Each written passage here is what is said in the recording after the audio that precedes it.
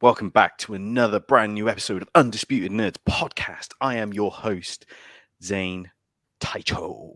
Hey, we like to talk about comic books, movies, and all sorts of bits and pieces. As always, I'm joined by my co-host, the Gentlemanly Gamer. Good day, good sir. Wow, how do I live up to that intro? Good God almighty, folks. He's on it. He's hot on it today. Hello, everyone in Radio Land. How are we all? My goodness, Zane, you've got fire in your veins Came out today. of the gates hot. You did, which means we all know what that means, listeners and viewers. That means he's going to have an inevitable crash halfway through this podcast. Stay tuned because we're going to see it.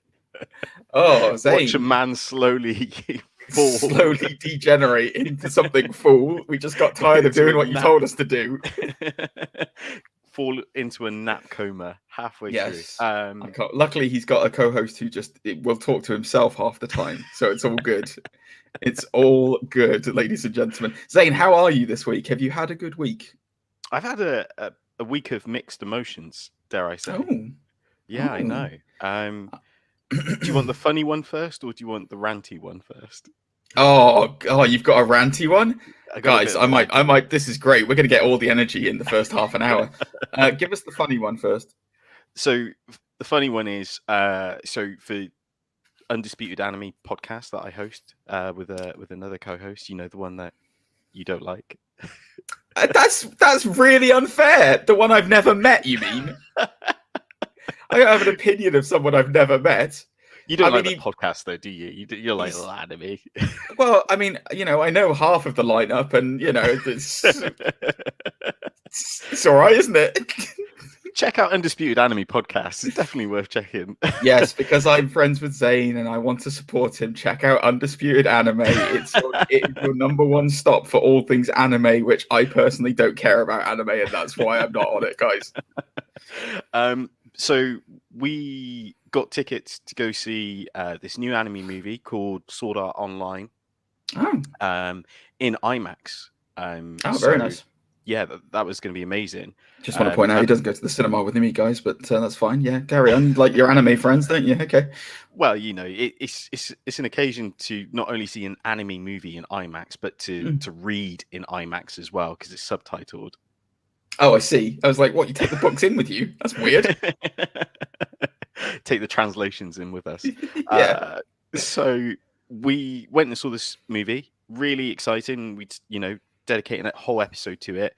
The IMAX machine was broken. So we sat there waiting for this movie to start, you know, and the theater's full.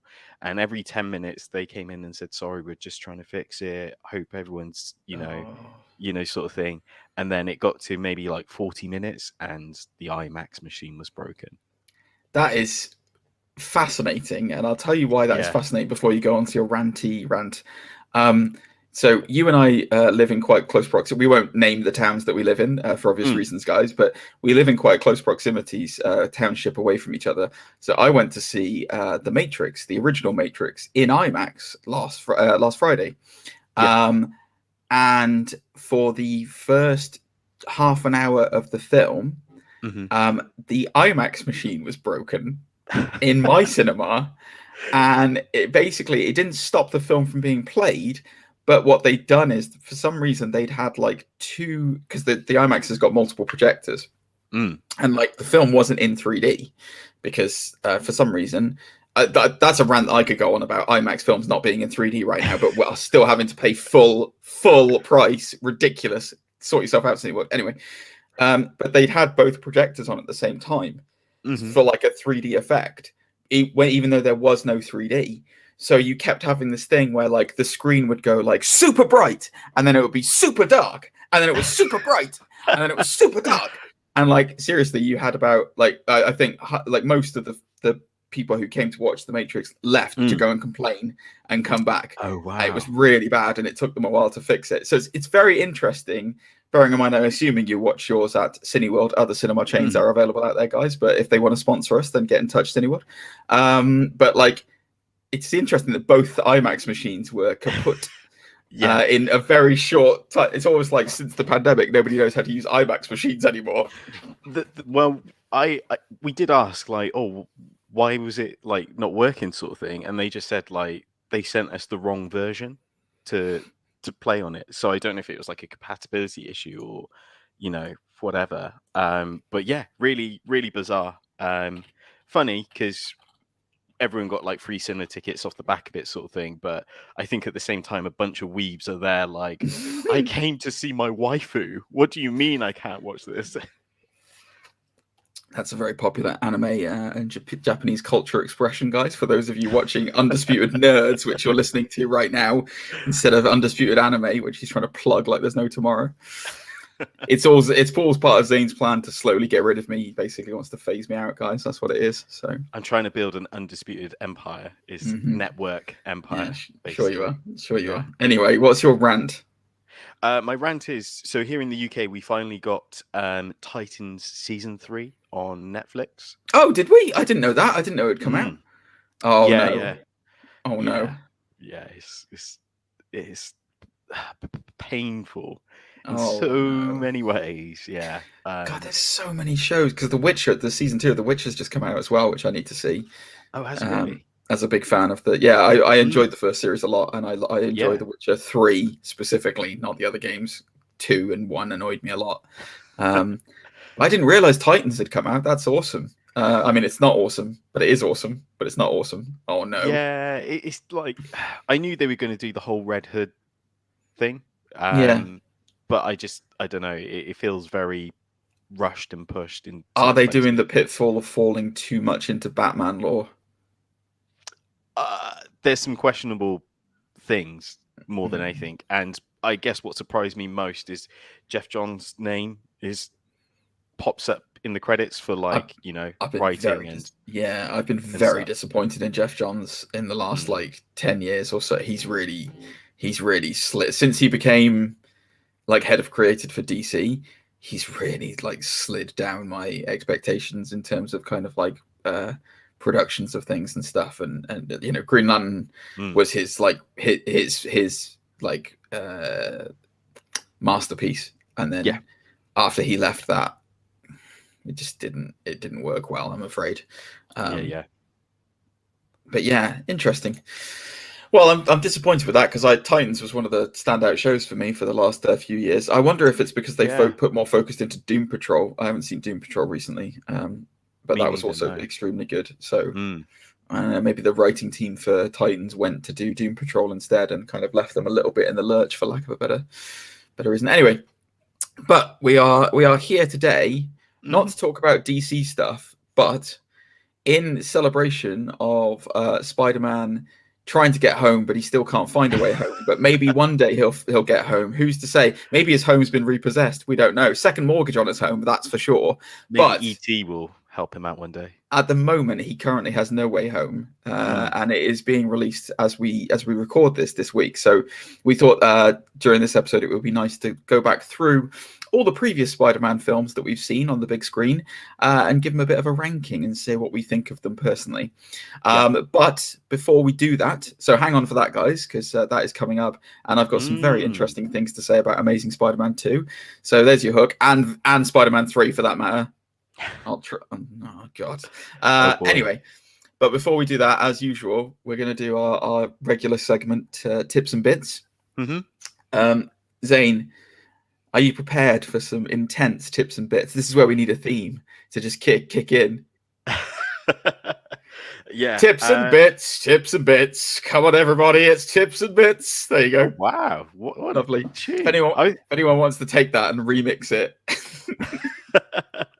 I was going to go down it's a gentlemanly tips and bits. Oh, nice. Oh, I like that as well. Oh, take your choice. Any listeners we've got out there who are sound producers or editors, or musicians, go ahead. Yeah, whatever you want. Just take it. Just do what you. Right. So starting off with this is news that I've put in just for Zane. And it is, and before he even plugged his Undisputed Anime show, I was going to plug his Undisputed Anime show with the news. So F you, Zane, F you.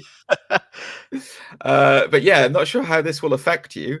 But it has been announced this week that Netflix have cancelled Cowboy Bebop after one season. Yes. Wow. I mean, John Cho, he basically reacted with the sentence, "Whatever happens, happens." Oh no. But they have decided not to renew Cowboy Bebop for a second season, cancelling the anime adaptation just 3 weeks after its premiere on the streaming service. Thoughts on this? I mean, I will say this: it rings very closely to Jupiter Ascending in terms of kind of like quick cancellations of anime and comic adaptations. What are your thoughts on this news? Yeah, I think it was always going to be an uphill battle for it to begin with, because historically speaking, anime sort of adaptations, live adaptations, have never been successful in any shape or form. Akira? No, wait, that wasn't live action. What am I talking about? Well, are you saying that Ghost in the Shell was not an incredible live action adaptation, Zane? It's probably one of the better ones, but it's still not the same. Yeah.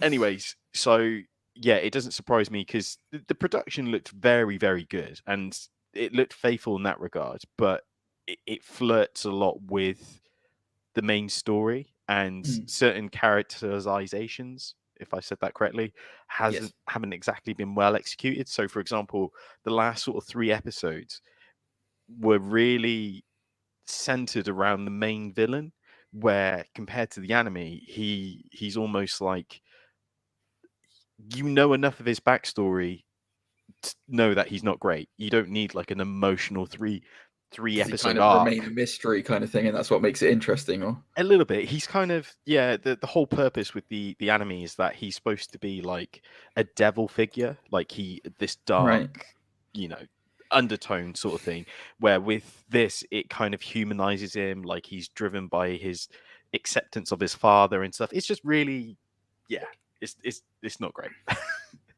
Okay, they make it too real. They made you want to care about him, but he shouldn't be really cared about. In so many ways.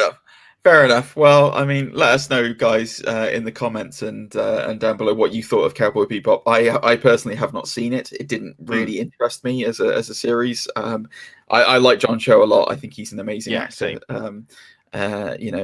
What is he? Is he Harold or Kumar? I can never remember which. But regardless, he's Harold. Yes, that's it. He finally got rid of those munchies. Let us know what you thought of Cowboy Bebop and whether you think it was worthwhile cancelling. And obviously, did you guys do a review on Undisputed Anime? I'm pretty sure you did, didn't you? Yeah. We spoke about live action. We did a ranking of live action movies, and that was in there. One thing you'll love about this though is Japan Twitter. Obviously, people started tweeting about it there, and a lot of the translations that came out of it was like, if you're going to redo it, cast Keanu as Spike, the main character. Fair enough. All right. Well, there you go. Speaking of Twitter, you have segued us beautifully into the next piece of news. This kind of actually surprised me. I mean, I guess looking back on it, maybe in hindsight, it's not so much of a huge surprise. However, speaking of Twitter this year, 2021 has been a huge year for movies, finally kind of getting back on track. So we've seen June, we've seen Black Widow, we've seen The Suicide Squad, we've seen The Eternals. And, in the last few months, obviously, we've seen the hype train starting to kick in for No Way Home and The Batman. So, with that in mind, Zane, and based on what you've just talked about, what do you think was the most tweeted about movie of 2021? And I'll give you a clue. It wasn't any of the ones that I've just mentioned. It wasn't Marvel related, like Shang-Chi or... Nope. And as soon as I say it, you'll be like, of course. Is it Snyderverse? It's Zack Snyder's Justice League was the most tweeted about film of 2021. It is not really surprising when you think about how much hype there was around release the Snyder Cut and the hashtag of it. However, I will say, bearing in mind, Spider-Man No Way Home has been generating a metric ton of hype I am genuinely quite surprised that a Marvel movie like Spider-Man No Way Home did not take the crown. But bearing in mind as well, this is a movie, Justice League is a movie that was already released in 2017. Yeah. So whilst whilst I know the Snyder Cut was a new rebirth, so to speak, it is surprising that it got that much traction to be the most tweeted about thing. And it also probably shows how vitriolic Twitter is. I think I saw an article recently as well about how the Blu-ray for this was like the most bought Blu-ray of the year. Really? Yeah, because again, not only did they mad. release, the Snyder Cut, but there's obviously like the black and white version. I don't know if it's any different in terms of the screen ratio, because I imagine that was like a tweet of its own. Yeah, no kidding. Oh man. Anyway, so yeah, I am surprised with that, but also not really surprised. It's weird. I'm in a weird kind of dichotomy where I'm like, I'm surprised, but I'm not surprised. But I am surprised, but I'm also not surprised. And then I guess Zach eggs it on a bit more by saying like, oh, that bit at the end with Martian Manhunter that is supposed to be Green Lantern, and then everyone's like, #Snyderverse. Do you know what I mean? Give us the Green Lantern, you cowards. Yeah, I know. Well, I'm not going to pretend I'm not one of those people because I want Green Lantern like there's no tomorrow. But yes, anyway, it is what it is. Anyway, I just thought it was interesting that it was that. But sticking with DC news, so we've had quite a lot of DC news this week. I would like to I'll very briefly touch on this. We won't talk on it too much, but there was the Game Awards this week. And there was a lot of stuff to come out of that, by the way, including a new Wonder Woman game. Yes. Which is by the people who made Lord of the Rings, The Shadow of Mordor. Really? I think so. I think I read that. I might have got that wrong, guys. Don't quote me on that. Anyway, that's not what I wanted to talk about. Okay. What I wanted to talk about was the first look at the gameplay for the Suicide Squad, made by the Arkham series alums Rocksteady. Yeah. Now, speaking personally, Zane, this has got me almost as hyped as our friend was for the actual movie Suicide Squad. I may be let down, but my God, does this look good? Like, how good did it look, Zane? What are your reactions to it? Yeah, this looked really good because leading up to this, out of all the sort of DC games that had been announced like the year before at DC Fandom and such, this was probably one I was least looking forward to. Really? Yeah, just because they all been cinematic trailers and stuff, and they used really jazzy colors in one of the other teaser trailers, which made me think a bit Fortnite-y. But this gameplay footage completely sold me on it. I was like, oh my God, this looks absolutely bananas, but fantastic at the same time. I'm so glad I got my Series X yesterday. I'm so glad because I can actually play this now, and I'm like, oh my God, it's going to be so good. Well, I was going to ask you as well, as someone who likes to stream on Twitch, twitch.tv/gentlemanlygamer. Oh, thank you for the plug. We're approaching 400, nearly there. Ooh. Nearly there. Would this be something that you would stream? Probably. That's a hard question to ask me right in the middle of a live thing that we're doing right now. Yeah. Yes and no, I think. Yeah. I stream the Avengers at the moment, and but I also play it offline. So if there is a functionality for me to be able to play this part of it, because I like to play the Avengers with people. Hint, Zane. Hint, Zane.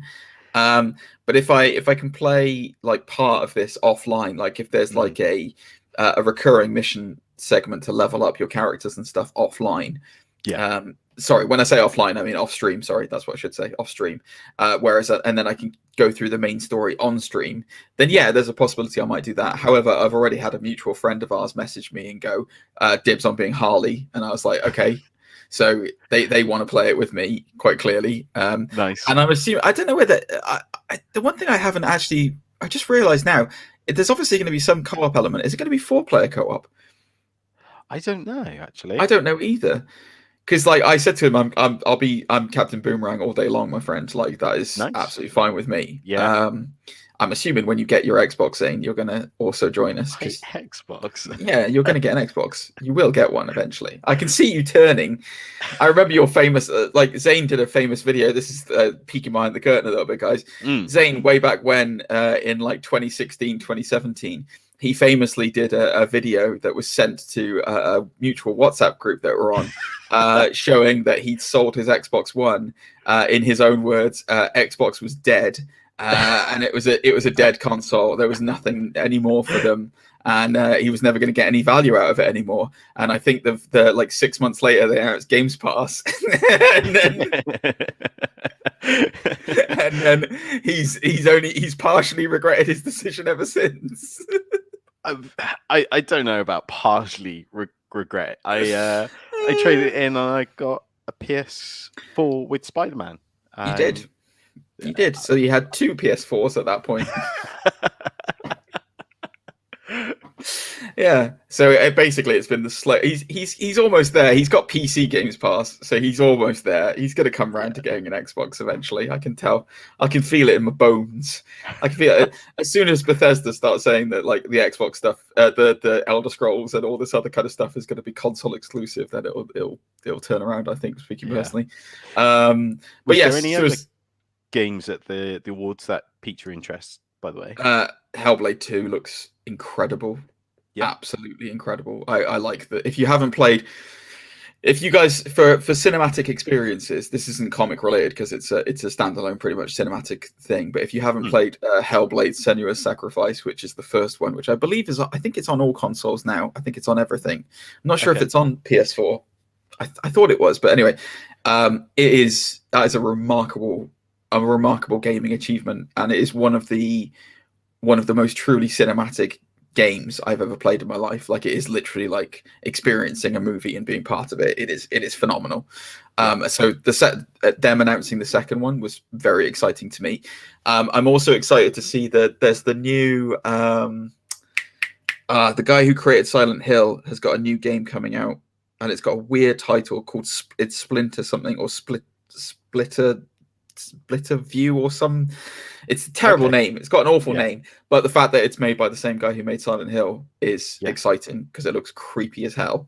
And then obviously all the usual cohorts, the comic book tie-in related games looked amazing. So there was a lot of good stuff that came out of that. I want to know when the next Fable's coming out as well. They announced Fable and then it's all kind of gone quiet on the Western front. I don't know if you saw this, but Arex Gaming? Yes. He did a video about a rumor of a Daredevil game. Oh, I will say, just quickly, Eclipse, Star Wars Eclipse. Oh, yeah. Amazing. Yeah, it's fine. Like, finally, before we go, I will come back to that, Zane. I'm sorry. But finally, and I've nothing against these guys. If you like them, full respect to you if you like them, but finally the Star Wars license has been ripped away from EA for a bit, and we're going to get some actual variety of Star Wars games because Eclipse is made by Quantic Dreams, who are the same people who did Detroit Become Human, and they did Heavy Rain and stuff like that. I'm so excited to see like a Star Wars game with like multiple choice outcomes. Can you imagine? It's totally going to be like if you're playing like as a Padawan or a Jedi, and you have to make the decisions of whether you choose the light or the dark, and the story varies from whether you go light side or dark side. How great is that? It's awesome. That is really cool actually, because historically their games, no matter who plays them, they always have like a different way of reaching different points, don't they? Yes. That's and what's really fun about them. And it's set in the High Republic era, so it's in kind of like just before Anakin era, where the Jedi Order was fully established and they had a Jedi Council and stuff like that. So I can imagine they'll probably either go one of two ways with it. You'll either be a completely normal person, how you get affected by the Force and the Jedi around you, in the sense of like how it impacts the wider world, or you'll be like a Jedi in training and becoming a knight and then a master, and how it happens when you fall to the dark side or stick to the light. But man, I can't wait. That excited me a lot. Like that's the one that is the one I have to tip my hat to PlayStation for the one timed exclusive as well that they have, which is the remake of Knights of the Old Republic. Bravo, Sony, on grabbing that one, because that is one game that I would maybe buy a PS5 for. Knights of the Old Republic, the first Knights of the Old Republic, I finished it 6 times, I think. It is one of my favorite games of all time. I adore that game, and it has one of the best twists in all of gaming. So yeah. Anyway, we've gotten into the Game Awards deep, man. I didn't mean to go into it like that much. I sorry, I got carried away with all the stuff. But yeah, very very excited about the Game Awards. You were talking about the YouTuber who yes. There was a rumor that there was a Daredevil game, and the only reason like a lot of people were talking about this is because the source, they mentioned some other titles that came to fruition, like the Suicide Squad game, I think, was another one.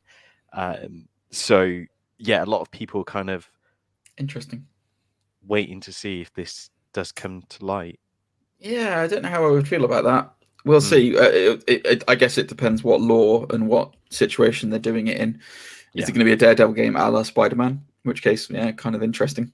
But then how do you make it open world? Yeah, I don't know. That's an interesting thing. Is it more of a linear storytelling experience, or is it an open world?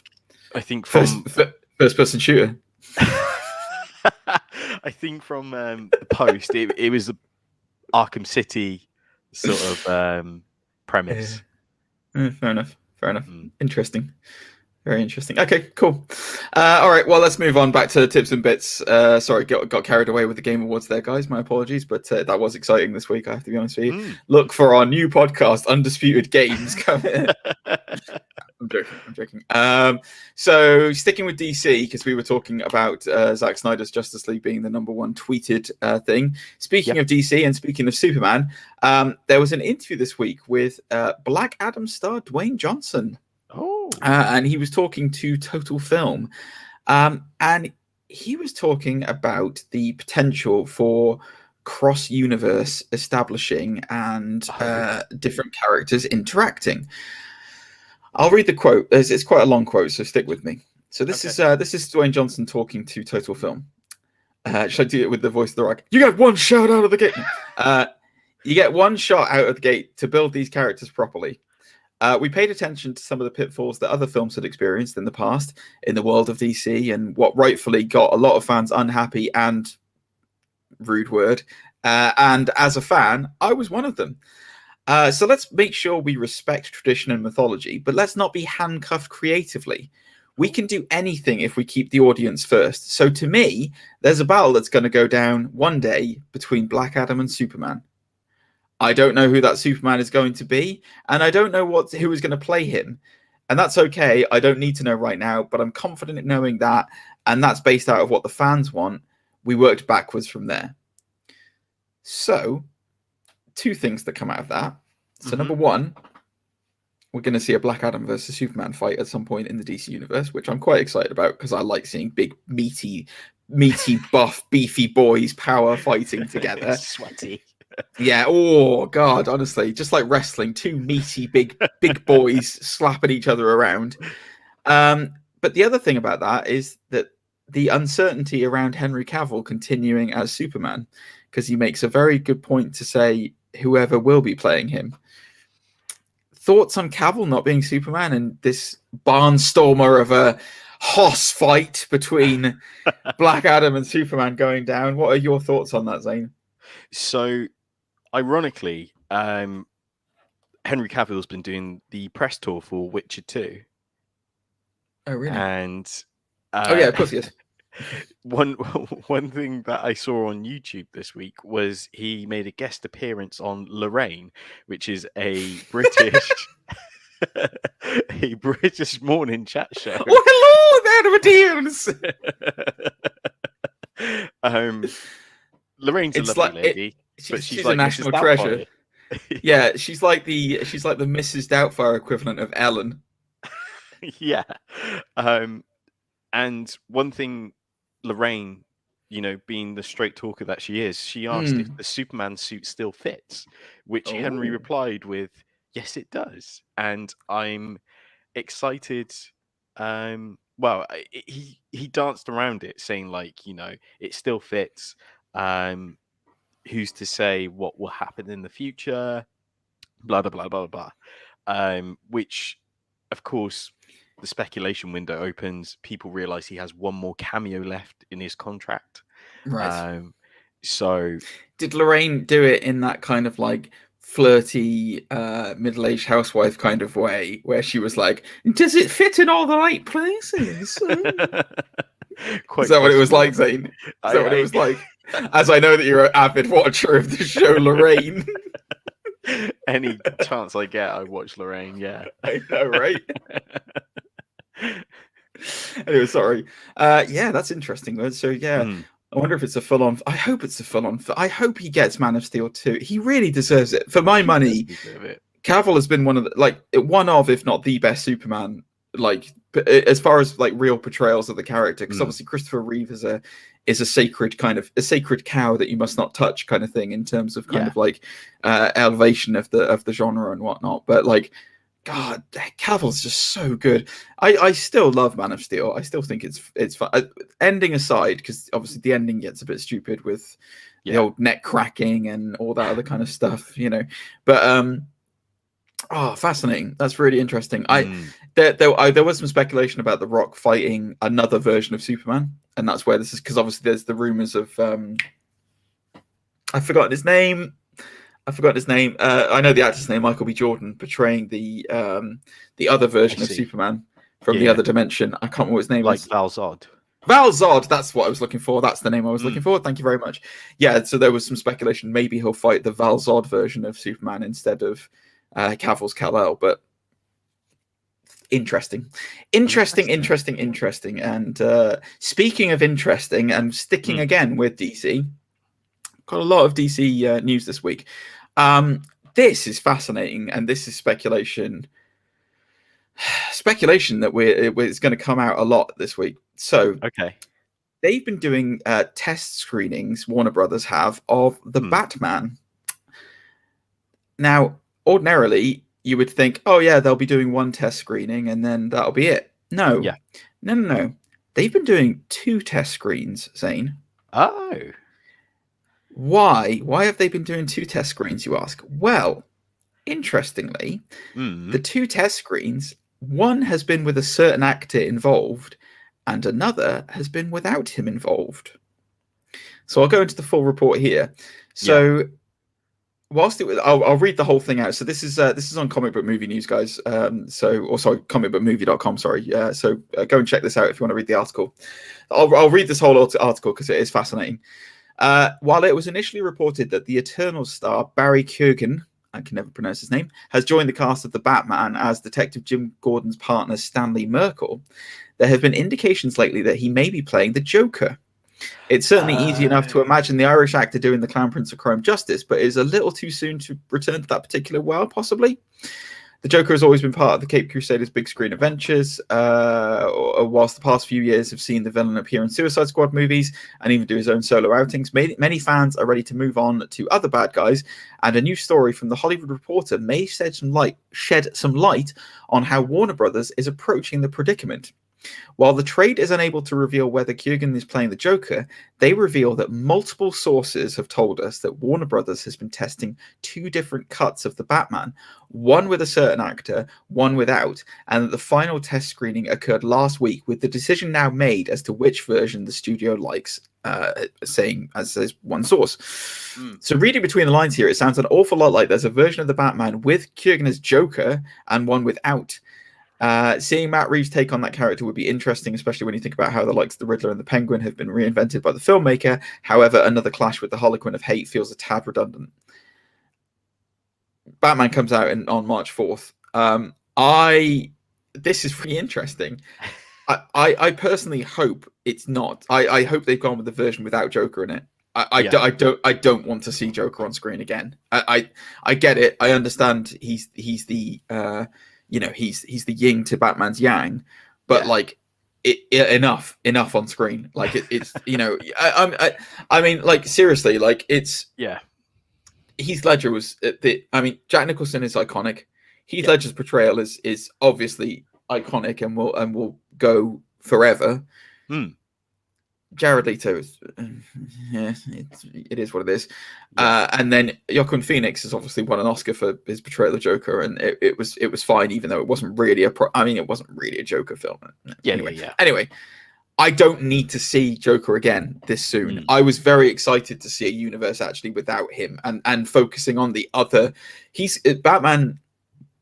We've said it many times on this show. Batman has one of the greatest rogues galleries of every hero. His rogues gallery is incredible. We have literally had a tip of the iceberg in terms of his villains on screen. I think Mr. Freeze is long overdue a reinvention. I think that I'm excited to see this version of the Riddler because he was again another one that was long overdue a reinvention. I'm super excited to see Colin Farrell's Penguin and what he does with it, because again, that was another one that needed a reinvention. Poison Ivy needs a reinvention. There's so like Clayface. We haven't seen any version of Clayface on the big screen. That's true. Like there's so many. You could do Man-Bat. Like there's so many like good ones.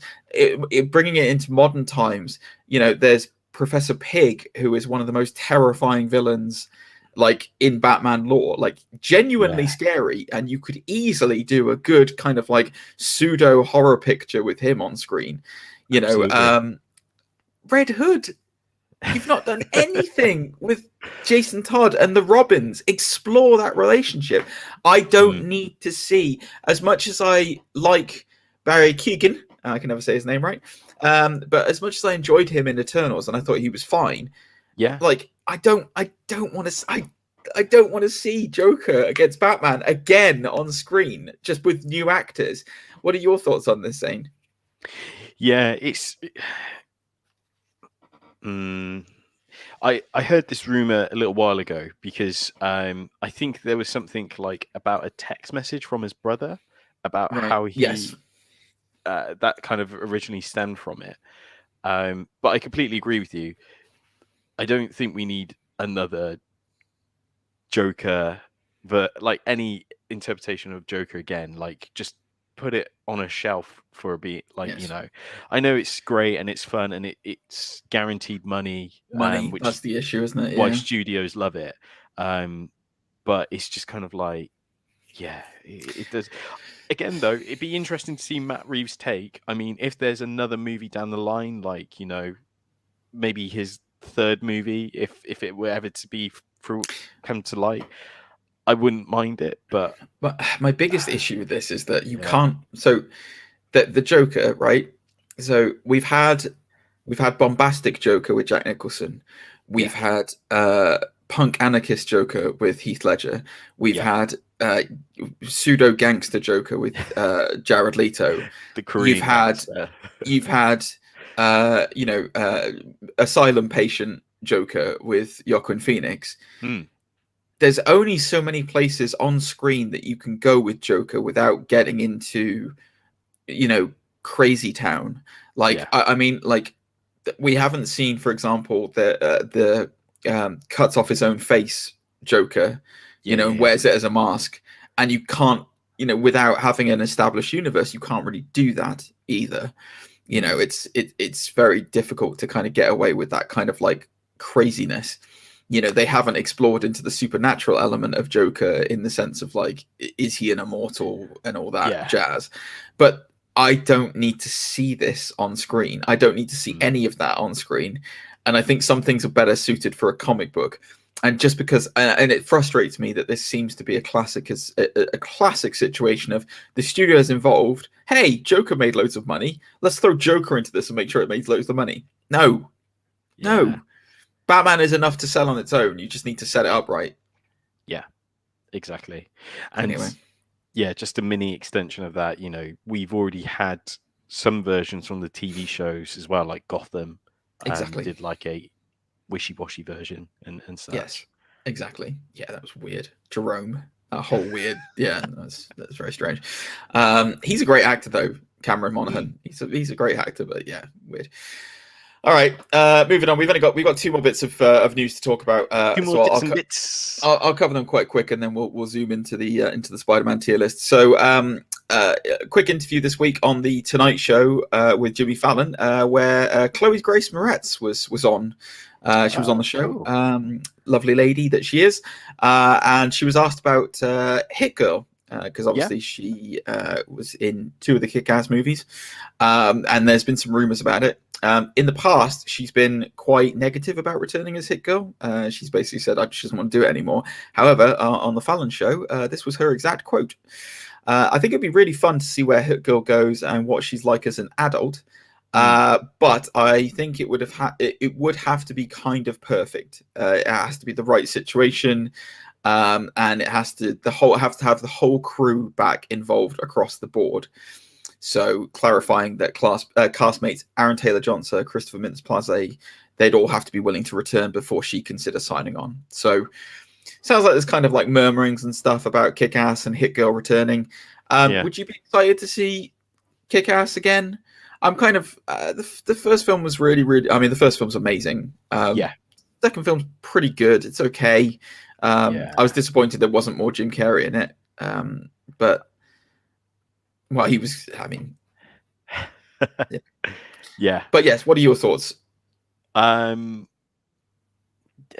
It's weird because, like, I guess how long has it been since Kick-Ass? Like 2000. I don't know.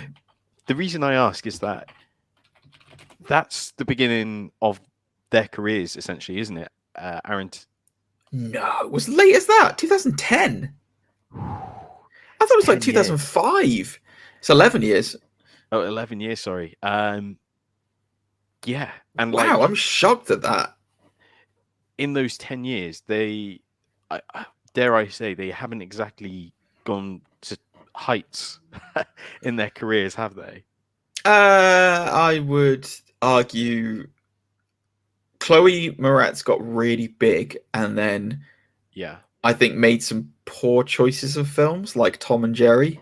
Even though Tom and Jerry was incredibly popular, apparently it made a lot of money. I don't know if you knew that or not, but it made loads of money for the studio.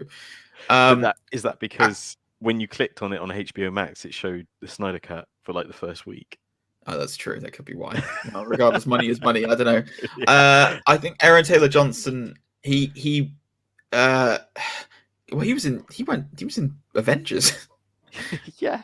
I mean, he was Quicksilver, so he did get big, but then I guess it's kind of, there's arguments 2 and 4. I mean, Nicolas Cage has gone from strength to strength. Well, yeah, undoubtedly. Oh, we haven't talked about that. We haven't talked about that video I sent you. Yeah, let's do it. No, we don't have to talk too much about it, but did you enjoy it at least? Yeah, it's brilliant. It's hilarious. Like, I'm a vampire. I sent Zane on YouTube. We've got this big thing which I won't go too much into for long-term listeners of the show. You'll know what I'm talking about. But there's a YouTube video called Rich D. Grant's Prozac Party, which is on YouTube, and I highly advise you all to go and watch it because it's insane and hilarious. But there's also a YouTube video, and I can't say the full title without swearing, so I'll leave the end bit out. But it's Nicolas Cage losing his shh. And you can fill in what that last word is. And I sent that to Zane as well. And it's basically 5 minutes of Nicolas Cage going insane in movies. And it's hilarious. After watching that, I've had so many videos this week pop up about Nicolas Cage. Brilliant. And it's not just like about his career or, funny videos of him. It's even like celebrities doing impressions of Nicolas Cage. Like well, that thing that I the original, we were talking about that thing where he does the ABCs. Yeah. Where, ABC. So I originally saw that through Conan O'Brien did an interview with the guy who plays Howard from Big Bang Theory, and he did it on the Conan O'Brien show, and it's hilarious. One of the things that came up on my For You page. Yeah. So yeah, anyway, go and watch it, guys, if you haven't watched it already. So yeah, no, I see what you mean about Kick-Ass. Like they haven't really gone from strength to strength, have they?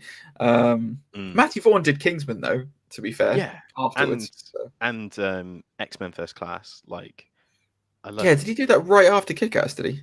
Yeah. I think he did. Yeah. Interesting. All right. Well, there we go. So, thoughts on thoughts on Hit Girl coming back and doing another Kick-Ass? Let us know in the comments. Obviously, on all these news stories, let us know. I just remembered they did a comic book run recently with Kick-Ass because Kevin Smith did a couple of issues. I think it was like a year or two ago now. So there's fresh material that they could. Oh, there you go. Yeah, hopefully it's good. This is the last bit of news I had, which is a speculation article before coming back to the Marvel universe. So we have known for you'll have seen this already, I'm sure, Zane. It's been a rumor from this week, but I just thought it was worthwhile bringing up in the show and talking about before we get into Spider-Man. So, Ant-Man and the Wasp: Quantumania is coming out 2023, February 17th, 2023 is the date at the moment that they've got attached to it. Yeah. We have known for quite a while now that Corey Stoll, he has been in House of Cards, he's also been in Billions, as I was talking to you about earlier before the show. He was Aaron Cross in the first Ant-Man. He was Yellow Jacket. He is returning for Ant-Man and the Wasp: Quantumania. It has been confirmed he is returning. Oh, wow. However, there was a theory, and that he would obviously return as Yellow Jacket to seek revenge against Scott Lang. But there is a rumor. It is just a rumor, so take this with a pinch of salt. That his return might actually be as a transformed version of MODOK. No way. Apparently so. So it's just a rumor for now. It would make a little bit of sense. The notion of Cross being somehow transformed into the megalomaniacal villain might seem far-fetched. It would explain why we haven't seen the character in so many years, and MODOK has been strongly rumored to make his MCU debut in the threequel. There were rumors that Jim Carrey might be in line to play the bizarre-looking villain as well. I did hear that, yeah. It's obviously quite a major rumor, so expect a pinch of salt at the moment. But thoughts on that? I think there's been so many rumors about MODOK, and it's normally, where there's smoke, there's fire kind of situation. I think based on what happened to Cross at the end of Ant-Man, where he gets kind of like horribly shrunk in like different parts of him shrink at different times, and it manipulates his body quite a lot. I can see that having an effect after being in the quantum realm of like transmorphing him or whatever it is into like the MODOK big head. Thoughts on that? Thoughts on the excitement of potentially seeing MODOK in the MCU? Yeah, it's another Iron Man villain that we won't see go up against Iron Man. That's my first thought. A bit like the Mandarin. But I guess like if you're going to shoehorn it against anyone, well, not shoehorn it, but if there was anyone else to go up against it, like another sort of tech-based hero, then Ant-Man would make a lot more sense. Maybe even Ironheart in the near future. But it's an interesting cast choice if it is. Yeah, it's a great cast choice because I think it will show that they're taking MODOK more seriously than if they were to put Jim Carrey in the role. Somebody was theorizing that it was Bill Murray. That Bill Murray might be it because he's obviously got a part in the film as well. He's been like cast as like a cameo and stuff, which I thought was quite funny. But I think if you were to put Bill Murray or Jim Carrey in that, it portrays MODOK in a very humoristic light. And I think MODOK is a very serious villain. Like he can be a very serious villain, and he like the idea is that I mean he is like in charge of AIM, really. Like he is the leader of AIM. And my thoughts are, we have had quite a gap since Hydra has gone. So potentially the MCU are looking to introduce MODOK and reintroduce AIM as this kind of like faceless corporation, with one figurehead that the Avengers can fight against. I don't know. maybe they do that with Roxxon as well. Maybe he's the face for Roxxon Corporation or something. Or forgive the pun with MODOK's head. But yeah, it's interesting. It's interesting. I don't know what to say. Like, I know, is it Pat Oswald? Like Patton Oswald is. I was really surprised that he was like that little. I can't remember his name. The alien that turns up with Eros at the end of Eternals. Considering he really wants to do more MODOK stuff because he did the sort of robot chicken stuff recently, the MODOK series. And I know a lot of people thought, he's perfect for the role. Yeah,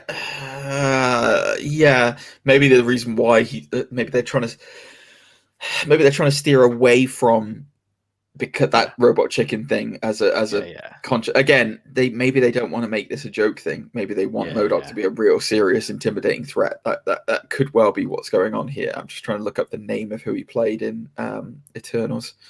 We'll just get Guy Pearce back.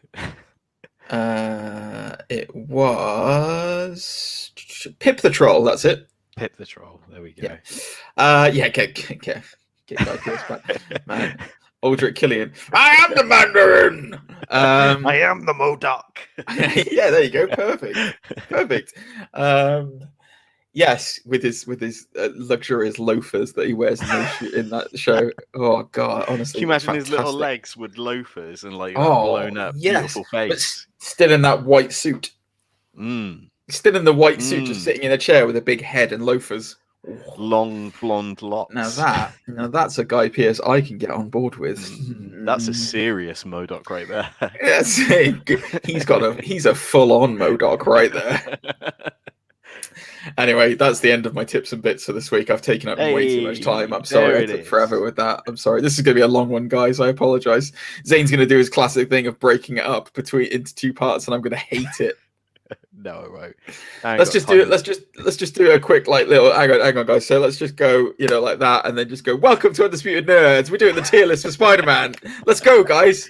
Here we go. Whoa! There we go. Up on the big screen. All right, guys. If there was anything from this week, by the way, that anyone's not heard in the show or wants to let us know about, then obviously get in touch. nerds.undisputed@gmail.com or on all the usual patterns of things that you can find us on. Let's do a Spider-Man movie tier list, Zane. Mm-hmm. Do we want to go chronological in this, or do we want to go Spider-Man? I tell you what. Let's go crazy. First of all, let's do the standalone out on its own Into the Spider-Verse animated movie. Are you happy with that? I am very happy with that. Okay, so Into the Spider-Verse. Miles Morales is Spider-Man. It is the first non-Peter Parker full-length movie that we saw on screen. It covers a lot of beats. We are introduced to the idea of a multiverse before the multiverse was even a thing in the MCU. What's really fascinating about this film, and we'll talk about this later on, this is pure Sony. This is no MCU involvement, and it's really, really, really, really good. That really, really, really surprised me.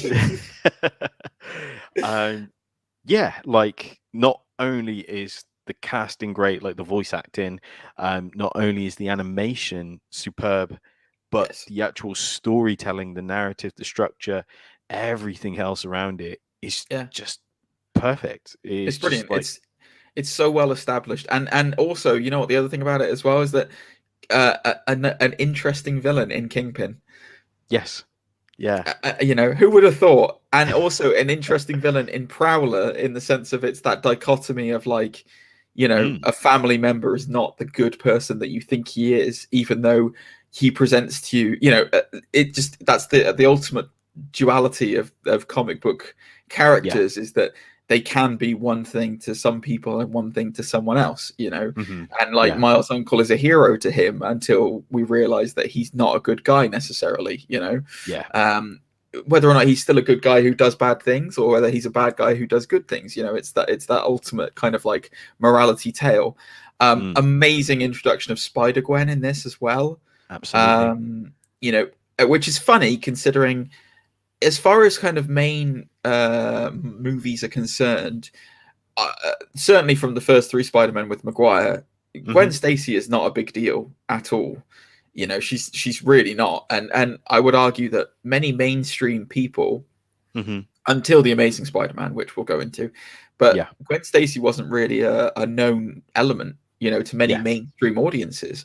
Whereas in the comic books, she's a big deal, man. Like Gwen Stacy is the Stacy family is a huge deal in teaching Peter Parker a lot of lessons about becoming Spider-Man. So to have Gwen Stacy involved here in a Miles Morales tale was interesting, and done really well. And they really do establish that she's her own hero who doesn't really need Spider-Man. Ultimately, you know, she can do anything he can do, if not better. What are your thoughts on the Peter Parker in this film? Is he the washed up Maguire Peter Parker, as some people theorized? What are your thoughts on that? It's interesting. Like, they, dare I say, Professor X Peter Parker to an extent.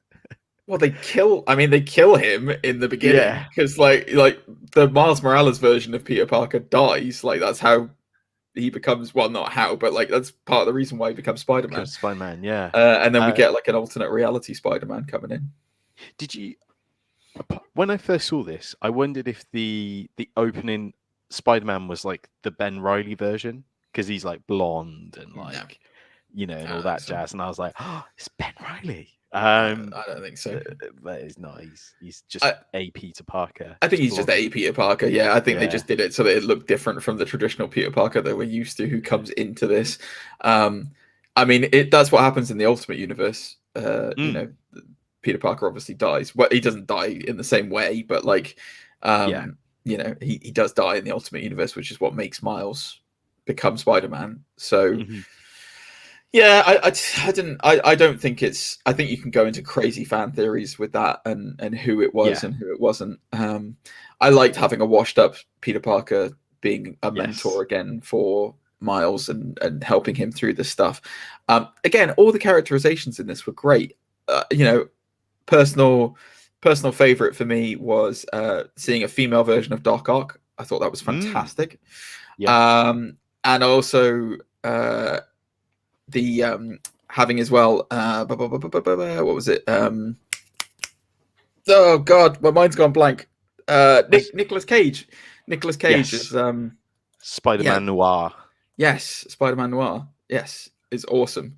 So yeah, I love this film. I would like to start off super hot, Zane, and say put it as an S. I would agree with you, because personally speaking, I think this is the perfect superhero movie. There you go. I won't argue with that. Okay.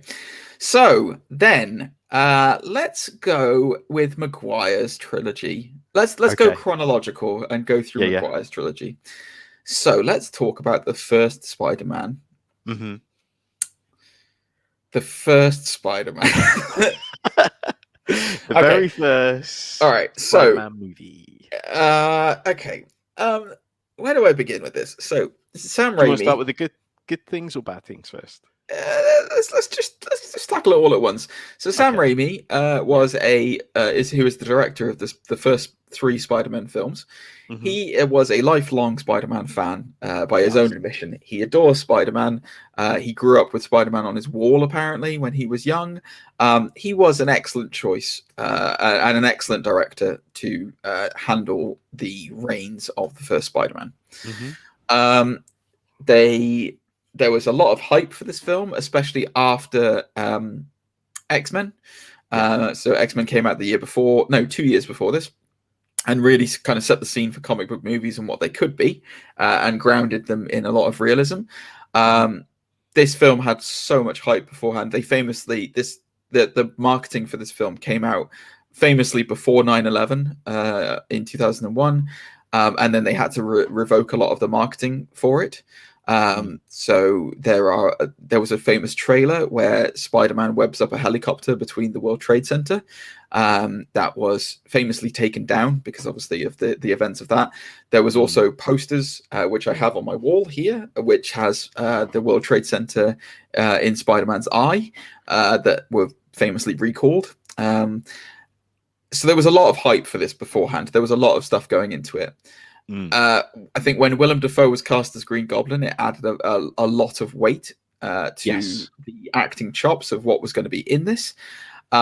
Tobey Maguire was he was known for various kind of like young roles, but he wasn't super well known.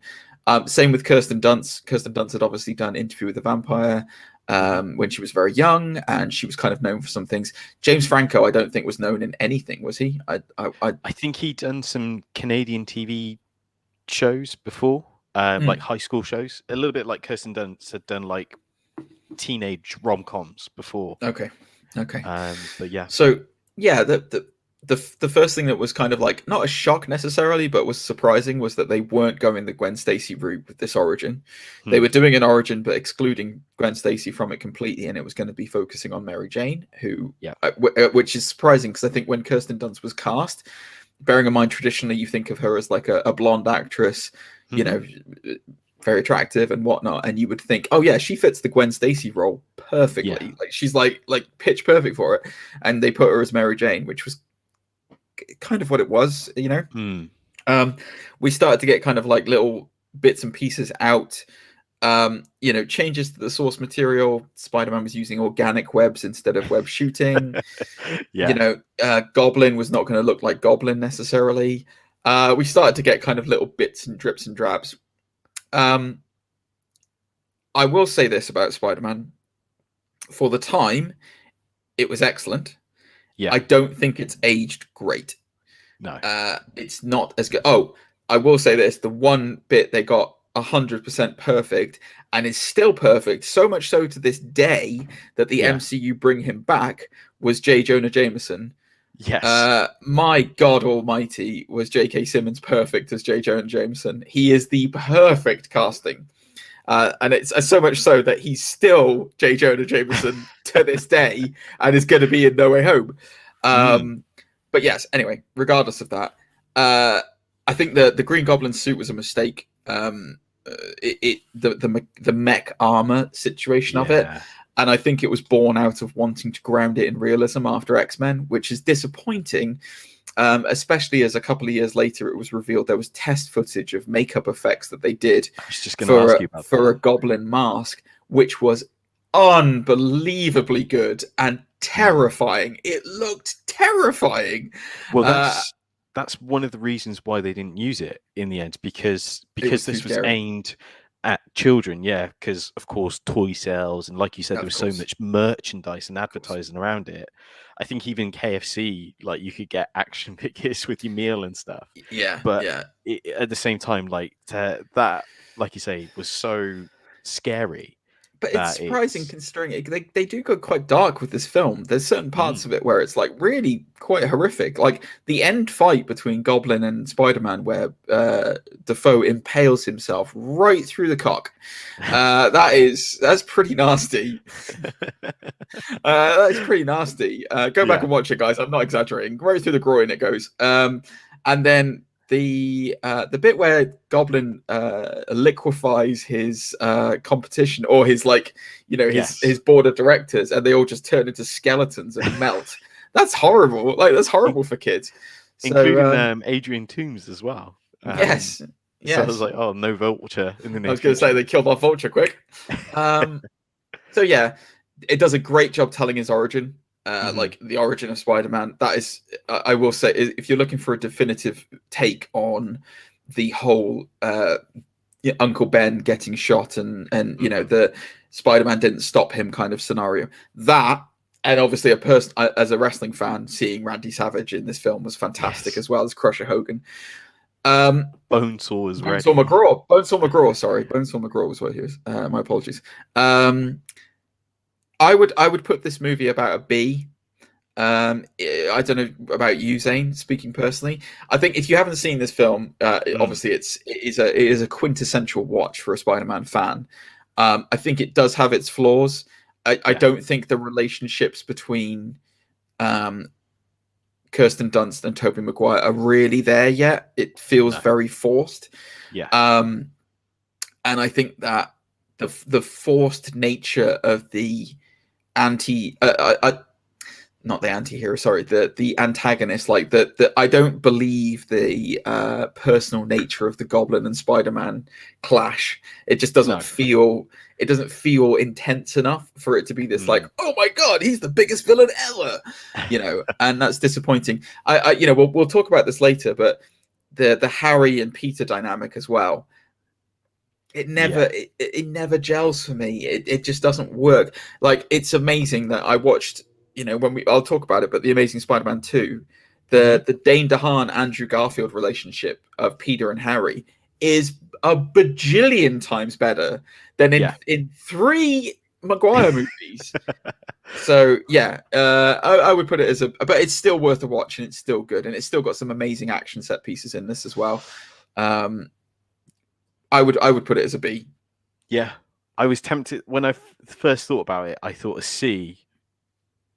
No, B. Bearing in mind what's going to come up, I don't think you can put it as a C. I think it is good. It's just not great. Fair enough. Yeah, is my argument to that. What is great, in my opinion, is Spider-Man 2. So now the reason why I think Spider-Man 2 is great. Yes. Do you want to go into it? What, you look like you had something to say. What I was gonna say is, straight off the bat, I would put it in an A. Yes, I would agree. 100%. 100%. So Spider-Man 2 was what Spider-Man 1 was, but more and built better. And really, as much as Willem Dafoe was great as Green Goblin, Alfred Molina is perfect as Dr. Octopus. Yeah. It's a shame they adjusted the narrative a little bit in terms of Doc Ock's character. I understand why, because it's during this is during the era where everything is grounded in realism. So everything has to be, this could actually happen kind of thing. Yeah. Like a scientist would put an inhibited chip that could easily be broken, and then he could be manipulated by AI arms right on his neck, really exposed. Yeah, that would happen. Let's cover over some of the basics. Maguire had grown into his role as Spider-Man, and he felt much more comfortable, I felt, being Peter Parker and Spider-Man in this one than he did in the first. I think he understood the character a lot more and was able to do more with it outside of being a 25-year-old person in a high school. So that was good. Kirsten Dunst, again, for me in these films, she's always kind of phoned it in a little bit, I feel. She was kind of just there. And like an object of affection, but meh. Yeah. James Franco was good in this. I will say that, as much as we look back on James Franco to this day and say, well, he was a piece of work. Go out there and look, guys. The stories are out there. He did do a good job in this one. He did a very good job of like this hurt, angry Harry who couldn't really understand why his father had left him and needed someone to blame. And so the obvious figure was Spider-Man. And, there's that scene I still remember from when, and it was played really well, where the bit where Doc Ock is created in this film, where the fusion reaction goes wrong and all the stuff is happening, and Harry's about to get absolutely splattered by a piece of tech equipment flying across the room, and Spider-Man saves him. And then the first thing Harry says is, "This doesn't change anything." Yeah. And I'm like, that's great. Like, that is awesome, because that plays right into the neuroses of this character, where he's just like, doesn't matter. You are my enemy, and I'm going to destroy you, even if you save me. So yeah, I really like that. Molina as Doc Ock. I like that they had this kind of like relationship previously. it was obviously a paternal father relationship situation with him and Maguire Spider-Man, and then so that obviously makes it more devastating when he turns and becomes this kind of maniac, based on the experiment and stuff. Amazing action set pieces in this, like incredible stuff. What are your thoughts, Zane? I was just gonna lead me on quite nicely to I watched an interview with Sam Raimi, and one of the things he mentioned is how the formula for the movie had changed. So they decided to work off this template where there'll be action followed by some sort of, consequence, dialogue, whatever it may be, then action, dialogue, then action. So there's this constant, the pacing of it, the pacing and such. So there's this almost cause and effect constantly throughout the movie. Sure. Which makes a lot of sense considering, where the story goes and everything else. Like you say, from this experiment going wrong to Doc Ock and his whole journey and everything else. I'd say the subplots are a little bit of a hit and miss, kind of like, because this is supposed to be the Spider-Man movie. He's deeply in love with Mary Jane, but he can't tell her, so his powers are slowly fading. Is one of the many subplots of this. Aunt May's losing her house. Rent. Yes, I understand where you are coming from with that. I can agree with that. They famously tried to do that story where he gave up being Spider-Man, didn't they? Where he just threw his outfit in the bin and that was it. He was done. Spider-Man no more. That's the one. I will say this: this was just before the time of, coherent, everything is linked, and we're going to tell a big narrative stories. So I can understand them putting this in. Kind of, we'll talk more about this when we talk about Spider-Man 3, because they did shoehorn in a lot of stuff. Yes. This one it did work. I will say this film's it's a great film, and it is. I think it's probably built more on the Raimi is a great director.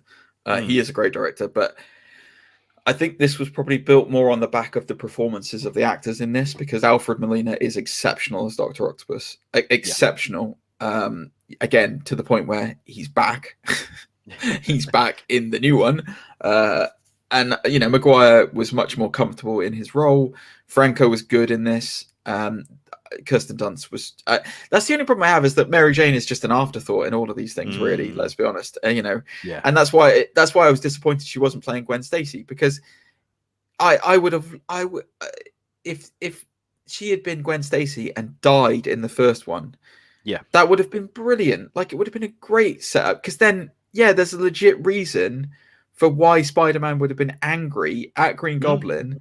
And why Green Goblin had a legit reason for trying to kill him and then killing himself, and then there's all this blame and all this other kind of stuff. And he could have played with so much more angst in the second one, which Molina has to try and bring him out of before ultimately turning into Doc Ock. So, hindsight is a wonderful thing, and you look back on these things now and say, that's this, but. It's a great movie. Go and watch Spider-Man 2 if you get the chance. Obviously, there's the train sequence as well. Yes, that is one of the greatest. That is one of the greatest fights, Spider-Man fights they've done cinematically, even to this day. Like, probably one of the best superhero fight sequences, because I think so. There's. I mean, it's not exactly going to be Wolverine on the bullet train, is it? What are you talking about? I love that fight. It's great. Wolverine versus the lumberjack bar in Wolverine Origins. Wolverine versus Gambit, where he fights a ladder.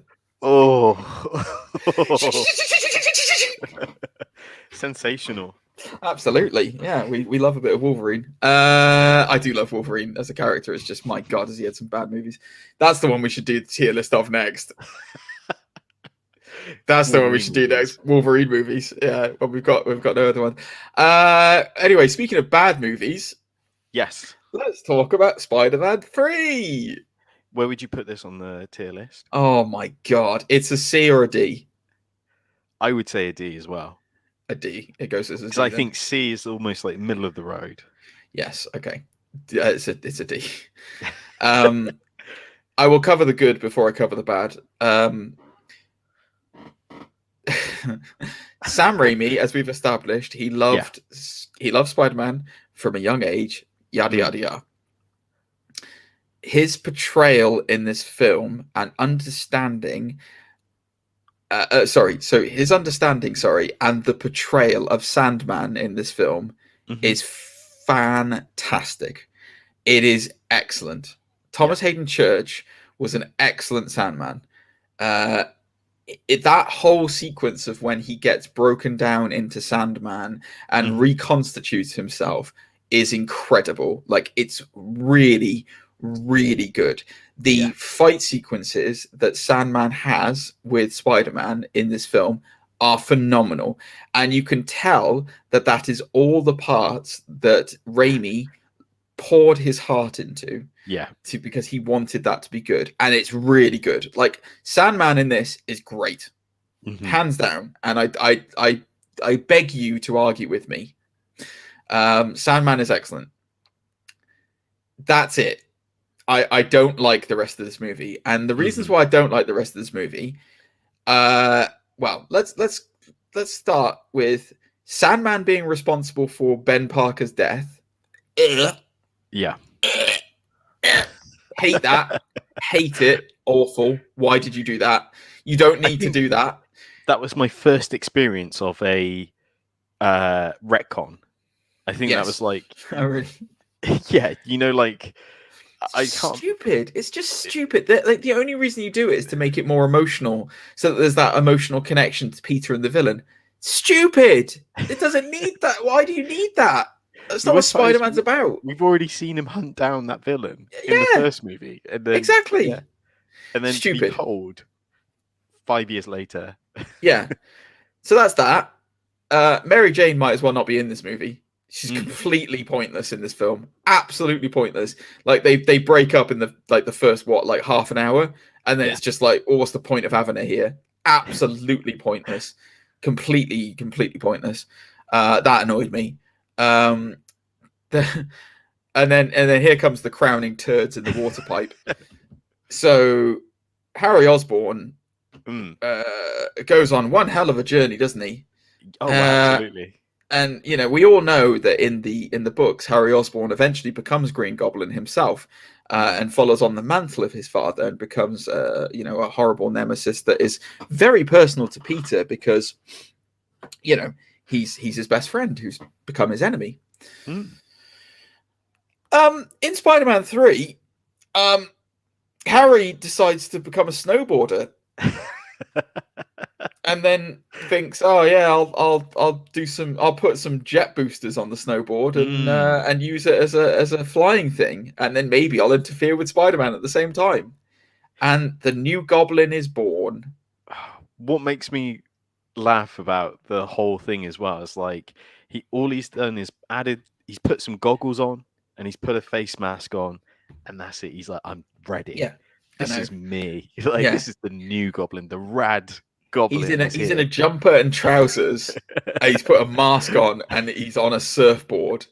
That's it. That is it. A snowboard, even. Sorry, you're not getting a helmet over this hair. Like, clearly, yeah, clearly, because then and we all know that the perfect writing example of TV series and films is to have a character get amnesia. That's always the hallmark of a great film, is to say, oh yeah, by the way, this character's lost his memory, but he'll get it back sometime, and then all the trouble's coming out. What's more hilarious is that he's gone for this super villain look, where he's like, I don't need a helmet. Look at this rad new look I've got. So and in the first 10 minutes of his super villainy, head trauma. So bad. It's so bad. Honestly, it is awful. I will say this though, he like that. The one thing I do like is he does take that really gnarly fall, and like when he does get that head injury, it's like, oh yeah, he clangs his head off quite a few things there. That's pretty cool. You just hear it just like dunk, dunk, dunk, and he's like, it's not just one. Yeah, it's not one bang. No, he takes some good shots to the head on that one. It's great. Mick Foley would be proud.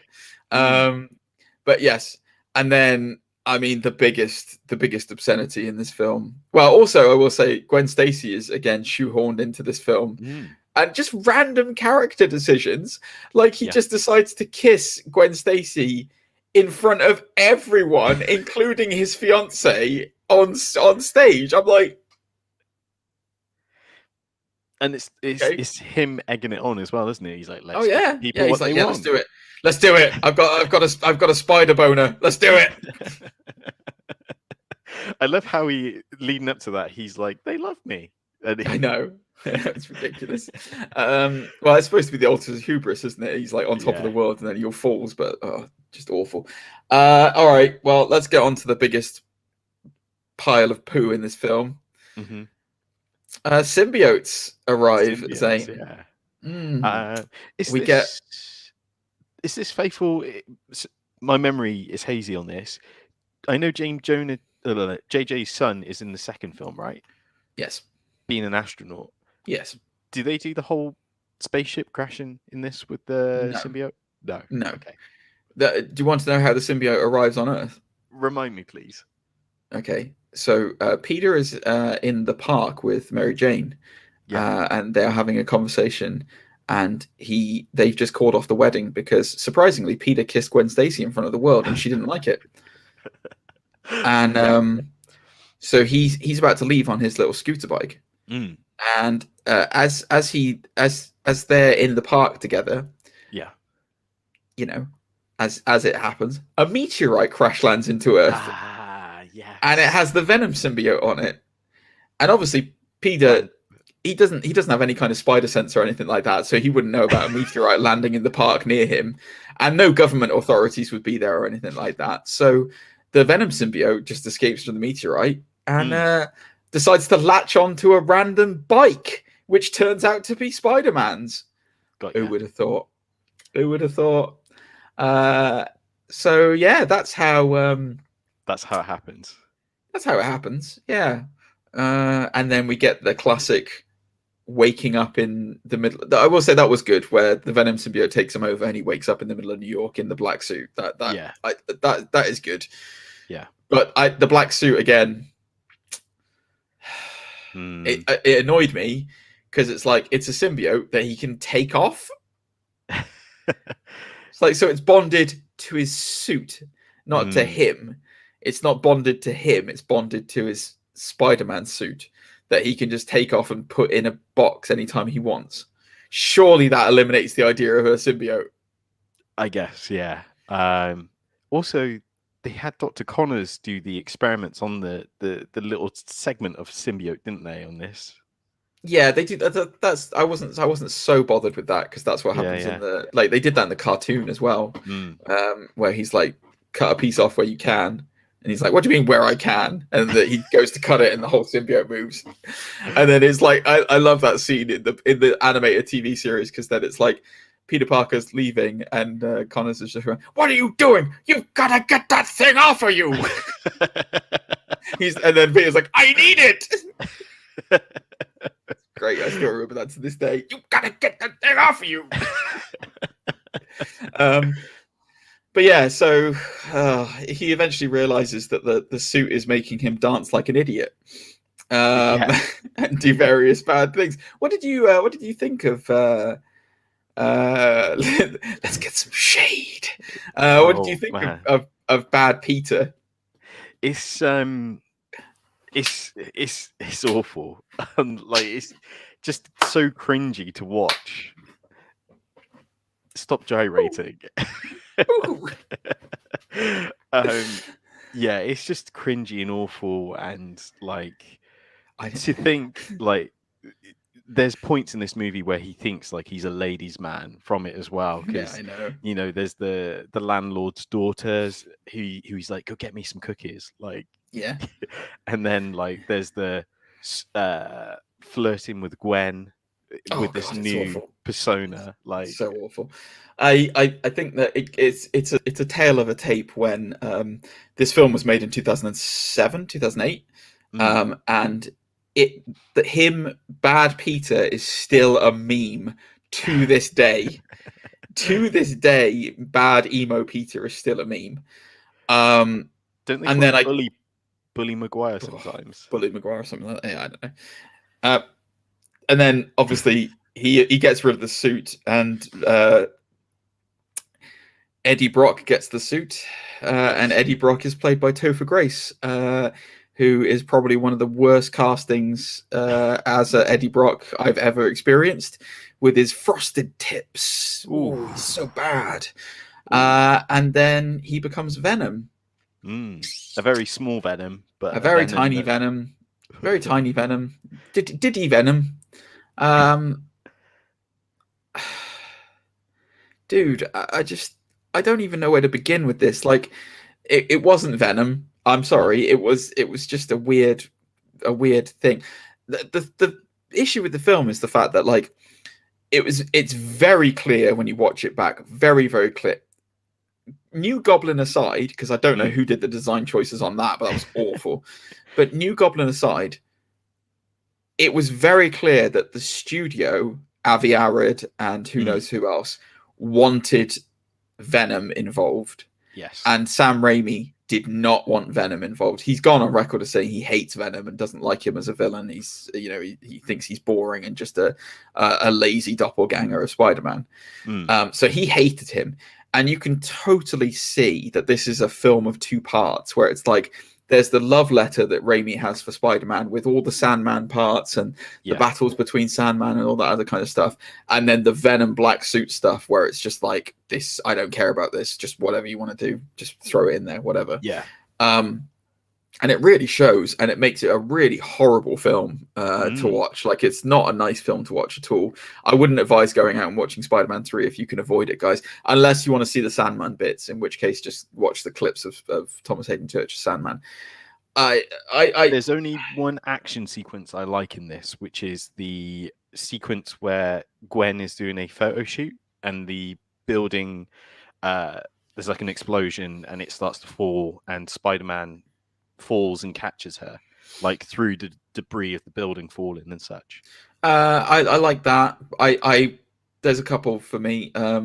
There's that. There is the, for me, my favorite action sequence in this film is the Sandman when he robs the bank. He robs the vault and the fight in the truck that then goes in, and then I think there's a follow-up one where they're in the underground in the subway system, and he rams his, like, it's black suit Spider-Man, and he rams his head against the train, and you see all the sand like whipping off the train and stuff. That's really good. Those fights are really, really good. Again, all the stuff with Sandman in this, great, really good. Apart from the ending, which is again terrible. Just even the, like, I appreciate the fact that, like, it's, I get that Spider-Man is an American hero and stuff, but like. Just to really shoehorn it where he like lands in front of the American flag and it's like whipping behind him and stuff like that. And it's like, I respect, I respect the American culture. I'm married to an American, I respect America a lot, but like, God, just I don't like it when it's like really shoved in your face and it's like, America, yeah. I'm like, no, we don't need to see that. We get it. We get this is a New York set film, and you've got a lot of pride being in New York. That's awesome, and I respect that. But like, you don't need to like just shove it in everyone's face. So, D, keep it as a D. Cool. Boo. That's the end of Maguire. Yeah. Then we move on to the most New Yorker of New Yorkers in Andrew Garfield's Spider-Man. In British Andrew Garfield as Spider-Man. Yeah. This is personally, I think this was really good. I thought this was amazing. Like, I guess the only gripe I had with this movie was the suit, which it grows on me. Like, the more I see it, the more I'm like, it makes sense. Like, it's not going to be perfect straight away, like it was with the Sam Raimi one. Like, Spider-Man has had so many outfits throughout the years, like even one point having a bag over his head. Like, well, that was different. That's the amazing bag, man. You can't count that. That was because he lost his suit and he needed a spare one. That's not. He just borrowed one off Fantastic Four. That's why he was the amazing bag man. I will say this: of all the Spider-Man films, this is probably the one that I've seen the least. Really? Like I've not rewatched it many times. The issue I have with the thing I didn't like about this film was it retold the origin story again. Okay. And I'm like, if there's one thing that you don't like, it's the same with Batman. If there's one thing you don't need to do anymore, it's tell the origin story of Spider-Man. Everyone knows how Spider-Man became Spider-Man. Everyone knows. Mm-hmm. You know, it's not needed to retread old ground. We don't need to see Uncle Ben dying again. We don't need to see him bitten by a radioactive spider, which is why it's one of the reasons why I like Homecoming so much, is that we don't have to retread all those grounds. We already know. We've got it. Thanks. Spider-Man is possibly one of, if not the most popular superheroes in the world. I don't need to know how he got his powers again. Thanks. I already know. So that aside, mm-hmm. I will say this about The Amazing Spider-Man 2 as well. The reason why these films are worth watching is because the relationship between Emma Stone and Andrew Garfield was very real, mm-hmm. And it was very actually happening, and they were dating, and it was great. The two of them together is fantastic, and I like that it was Gwen Stacy was his first love in this one, and not Mary Jane. For a purist like me, I really enjoyed that. I personally, looking back, I really like Garfield as Spider-Man. He was excellent, and he really cared about the role as well. You could tell he really enjoyed and liked being Spider-Man, and still does to this day, because he's going to be in No Way Home, guys. I'm sorry, it's going to happen. I'm betting the farm on it. And I think it was great. The only issue I have with this film is that it's just a bit generic-y, middle of the road. Like I can't think of much that stands out for me.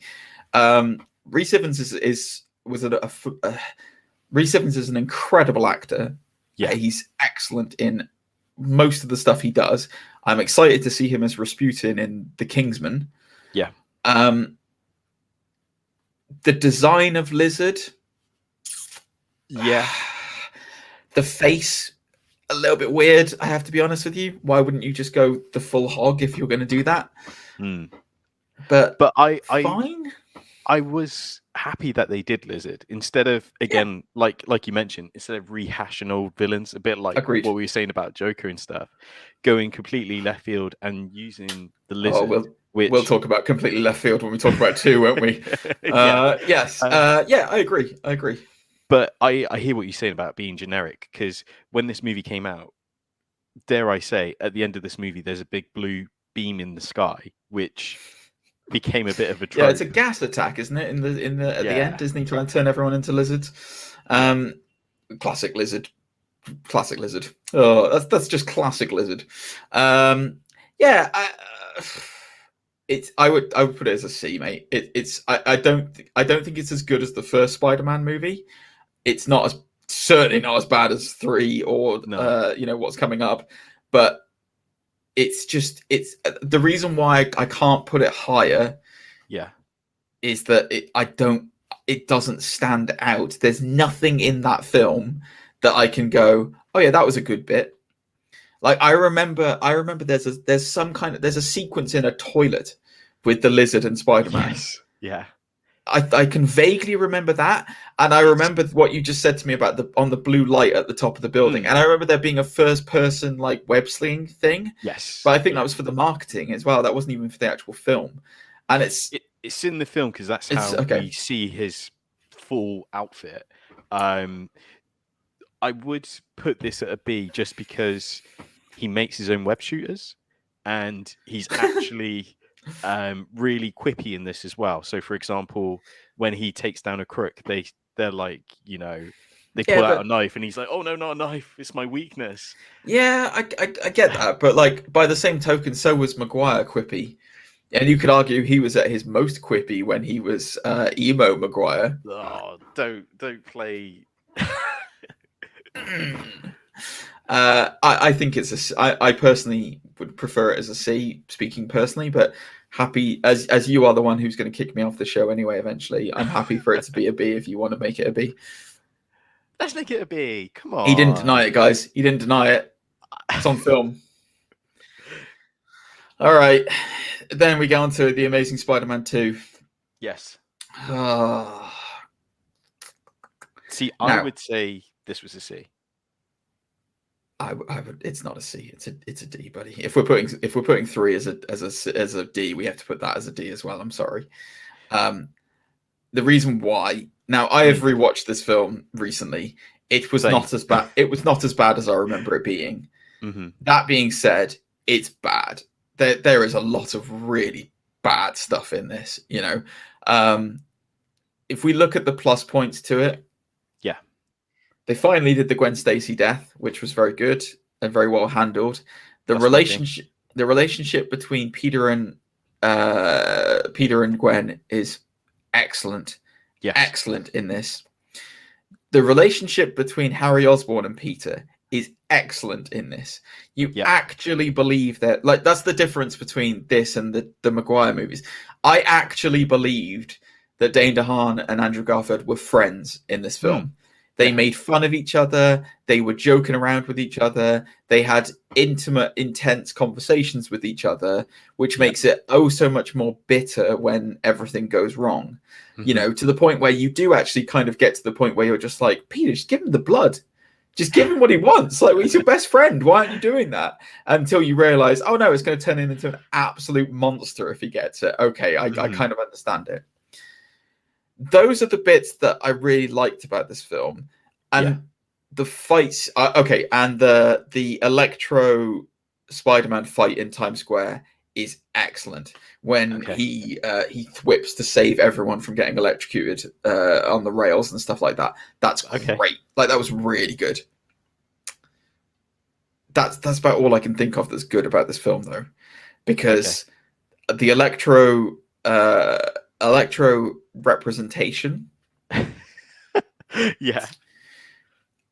I like Jamie Foxx a lot, and I think he did have genuinely good love for the character, and I think he does genuinely love Electro. Yeah. But the character decisions to make Max Dillon this bumbling, weird Spider-Man fan obsessive who then gets electrocuted and turns blue. I mean, why blue? Why did they go with blue? Really? Really? But that's because the Ultimate Comics, he's blue. Yeah. Okay. Yeah. So it's in the Ultimate like Universe. Blue flaming head. Like, okay, cool. It's in the Ultimate Universe, yeah. I'm pretty sure it's the Ultimate ones, yeah. No, I know. I'm saying, so the movies are set in the Ultimate Universe, are they? Oh, I see what you're saying now. So this is an Ultimate version of Electro instead of actually Electro. Let's ask Mark Webb. Yeah, what do you say his name weird? Webb. Mark Webb. Hello, it's Mark Webb. Hello, it's Mark Webb. Do you have some cool Webb? No, it was awful. Electro's bad in this film. I'm sorry. I like you, Jamie Foxx, and I'm glad you're coming back as Electro to have another shot at it, because it was bad. Rhino. Let's talk about Rhino for a second. Okay. Paul Giamatti is one of my favorite actors in this world. He is phenomenal. I have talked about it already. I will talk about it again. There is a TV show called Billions that is on TV. If you have not watched it, it is one of the best dramas that is going out there today. It has jumped the shark a little bit, I will be honest, the last season, but the first 4 seasons are phenomenal. He is brilliant. He is not used well in this film as Russian mob boy who gets a Rhino suit right at the end of the film. Awful. and then Dane DeHaan as Harry Osborne. I commend them for trying to do something new with the Goblin mythos by having it as this genetic disease which transforms him into this horrible creature. Yeah. I do not commend them on the artistic styles that they did to make Green Goblin at the end, and the decisions to rush him into this film. It was really stupid. It was really bad. It turned out really bad. Dane DeHaan as Harry Osborne was great. Dane DeHaan as the Goblin was not great. And I just couldn't get along with this film. It just didn't. I liked it more than I liked it when I first watched it at the cinema, but it just ends as well. They literally. I think the biggest thing that sets me. I'll tell you what. Well, let's talk about this because we mentioned it at the beginning. Okay. Why we were so surprised that Into the Spider-Verse was a Sony produced film on its own. Yeah. And the reason why is because when you look at Spider-Man 3, The Amazing Spider-Man 1, and The Amazing Spider-Man 2, those were all Sony productions that I think we can all agree did not exactly set the world on fire. Yeah. You've put Amazing Spider-Man as B, which I still don't really... I still think it's a C at best. But regardless, Sony and their marketing is awful. Like, awful. We got almost the entire plot and film Amazing Spider-Man 2 in the trailers before it came out. Like, we knew everything that was going to happen in it before it happened. Yeah. They show the last shot of the film in one of the trailers. Like, what the hell, Sony? Avi Arad has run out of ideas. He's dried up all of his creative juice. Yeah. Which is, and you can see that because the Venom films aren't great, and he's one of the main producers on it. I'm just going to turn a little light on here, guys, because it can get a bit dark. I'm sorry. Whilst you do that, I'm going to run through all the bits that you missed that makes this movie technically a C, but we're compromising here. We give a little, we take a little. It's fine. It's a working relationship. But we can't meet in the middle. But some of the reasons I really like this movie. One, the costume's fantastic. It's beautiful. It looks practical as well. When there is when he's not just CGI'd, if you know what I mean, like when he's talking to people. I like the little elements where he saves like the kid who's getting bullied. Spider-Man's supposed to be street hero, neighborhoods, that's really cool and it's really lovely to see and stuff. I like how he has this relationship with, the New Yorkers and stuff. Like when Electro attacks Times Square, he's there with a fireman's hat on with the firefighters with the hose who Jet. Yeah. I love little quick parts of that. The action sequences in this, they are just absolutely gorgeous to watch. Yes, the final battle sequence with the pylons is kind of like you say, generic, but at the same time, some of the web slinging and some of the movements in that is just phenomenal. It is just amazing, and it is a little dubsteppy. I don't know why that's there, but it's part of the whole experience. Bow, bow, bow, bow, bow. That's all I remember about that fight. Yeah, Hans Zimmer was just in it. I think, yeah. I mean, look, I respect what you're saying. Yeah. I don't like the Max stuff at the beginning. I completely agree with you there. It is just awful, the Max stuff at the beginning. It's also as well, how it's Sony hubris as well, and insulting as a viewer. It's really insulting when you watch it, and at the end of the film, they're just like, "This film's going to make so much money." Here we go. Here come all the villains for the next 3 films. How are we going to do it, you say? Well, luckily, we've got a tech vault that all the tech is in. I hate that. It's so arrogant. Honestly, it's so arrogant. Sorry, I didn't realize how dark it was. I need a bit more light. It's just, I hate that. I hate it so much. So, yes, no, thank you. No. Thank you. It has to be a D. I'm sorry, dude. That's fair. That's fair. You let me have a C. A B. There we go. I did let you have a B. Yeah, there you go. At least I didn't let you have a D. You know what I mean? Yeah, lads on top. Oh God. Right, now we get on to Tom Holland. Here we go. Now we get on to, in my opinion, the definitive Spider-Man, Tom Holland. Homecoming. Yeah. I'm going to let you take the reins on this one, Zane. Where would you put Homecoming?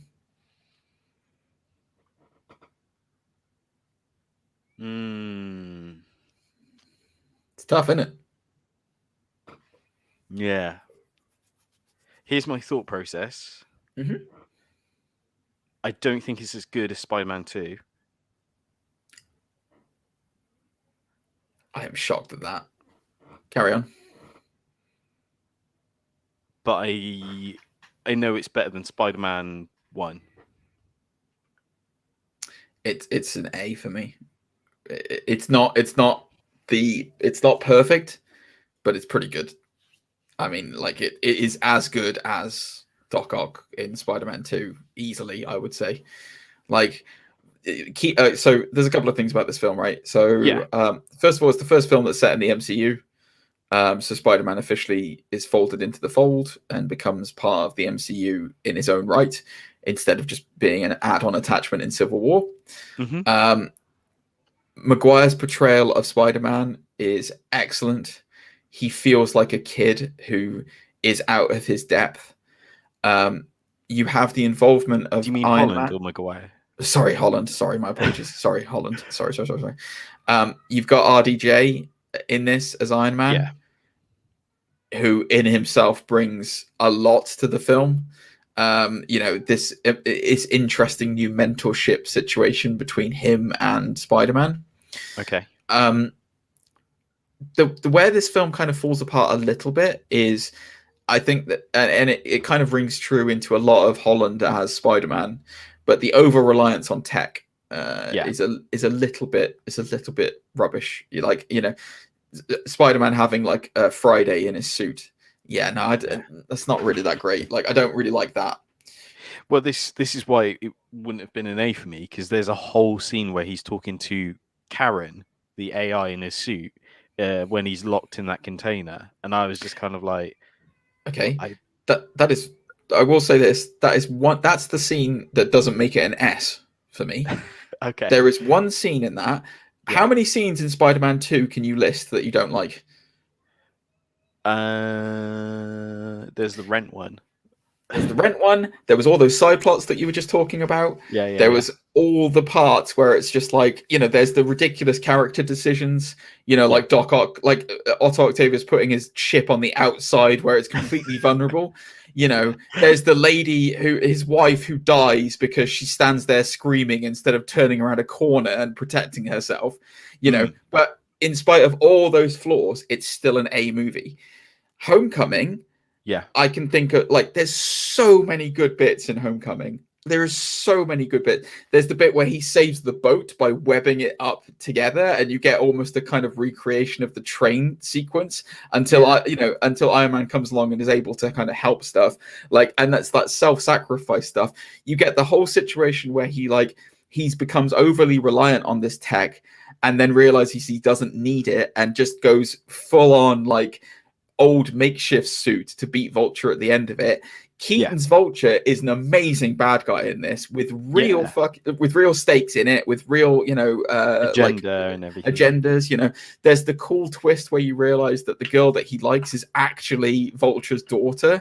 That was really good. You've got the recreation of the scene where the thing falls on him and he's he has to use everything he has to There's so many good parts to Homecoming. The plane sequence, we haven't even talked about the plane fight at the end with Vulture, is amazing.